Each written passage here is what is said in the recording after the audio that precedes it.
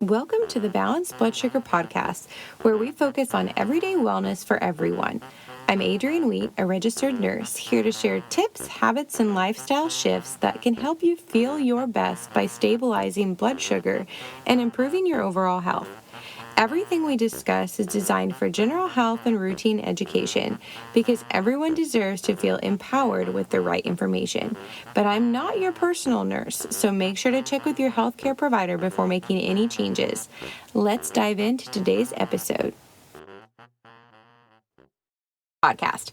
In today's episode, we're diving into something that not a lot of people are talking about yet, but it's really important. The difference between the American Diabetes Association, or ADA, and the new American Diabetes Society, ADS. Now, you might be thinking, okay, what does this have to do with me?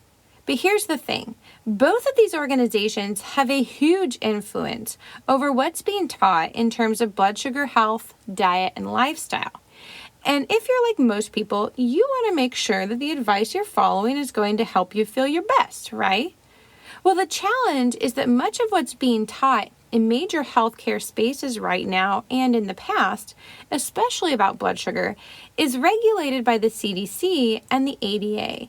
And while they have their own place, there's another side to the story, and that's what the ADS is starting to reveal. So what's the difference? Let's break it down. The ADA has been around for a very long time, and they set a lot of the standards that we see today around blood sugar management and nutrition. Their guidelines influence everything from healthcare recommendations and standards of practice to the guidelines for insurance coverage and even to the products you see in stores.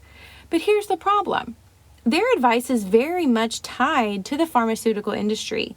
The ADA receives funding from big pharmaceutical companies, many of which manufacture insulin and other diabetic drugs, and a lot of what they teach is centered around managing symptoms rather than getting to the root cause. So this is where the ADS comes in. The American Diabetes Society is a newer organization, and they're taking a different approach. Instead of just focusing on managing blood sugar levels with medication, the doctors that started this organization are teaching healthcare professionals about lifestyle changes to teach their patients that can help balance blood sugar naturally. The ADS is all about empowering people to take control of their health through diet, movement, and other lifestyle changes. They're addressing the root causes of blood sugar imbalances, like inflammation, and focusing on overall wellness. So why does this matter to you? You might be thinking, okay, great, but how does this affect me? Well, here's why it matters. Blood sugar imbalances aren't just a concern for people with specific diagnoses. They affect energy levels, mood, brain health, and so much more, from your toddlers to your adults. In fact, it's estimated that a huge number of people in the USA have blood sugar issues and don't even realize it. When your blood sugar is out of balance, it can lead to inflammation in the entire body. Think a hailstorm going on in your body. And over time, this can contribute to a variety of health concerns, like chronic illness and even increased levels of pain, like when you stub your toe, for example. What's really exciting is that the ADS is retraining healthcare professionals to focus on addressing these imbalances through lifestyle changes. And they're teaching that it's not just about managing symptoms with medication, it's about taking control of your overall health through simple, sustainable changes that anyone can make. So now let's talk about the ADA's influence. The ADA's guidelines have been deeply woven into our healthcare system.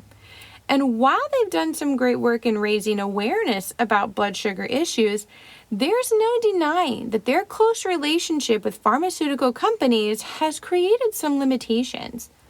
A lot of the advice out there tends to focus on managing blood sugar with medication rather than addressing what's really causing the imbalances in the first place. And this can make it hard to find clear, unbiased information about what really works to balance your blood sugar.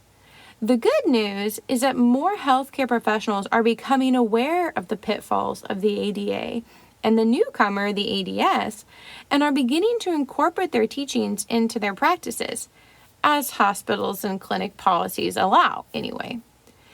And that's a big win for anybody looking to take control of their health in a more natural, holistic way. Now, I will say, the ADA and the CDC do regulate the discussion of blood sugar very tightly. So practitioners that lean more towards the ADS style of management have to be very careful about the words they choose and how they teach their patients about balancing blood sugar. The good news is that balanced blood sugar and what it takes to get there is generally healthy for everyone. So we can teach the principles as general health advice and routine nutrition for everyone. Some may just see more benefits from balancing their blood sugar than others. But learning these principles is fantastic for everyone, especially for those of us with children, because we can use these principles to help set our children up for a healthier future. So how do you navigate all this conflicting advice? Here's my take and what my mother and I did. Focus on what makes sense for you and your family. Do your due diligence to research into the organizations and those funding their research to see which source is most trustworthy. How do they make their money? Who benefits from their guidelines the most?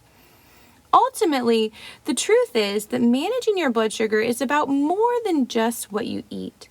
It's about your overall lifestyle. Small changes in your diet, movement, and even how you handle stress can have a huge impact on how balanced you feel. And if you feel overwhelmed by all the different information out there, I encourage you to start with small, sustainable changes.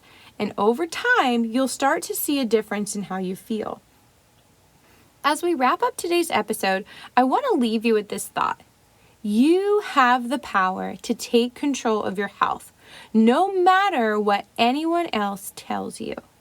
Navigating through all the information out there about blood sugar balance can feel overwhelming, frustrating, and confusing, but you can do this.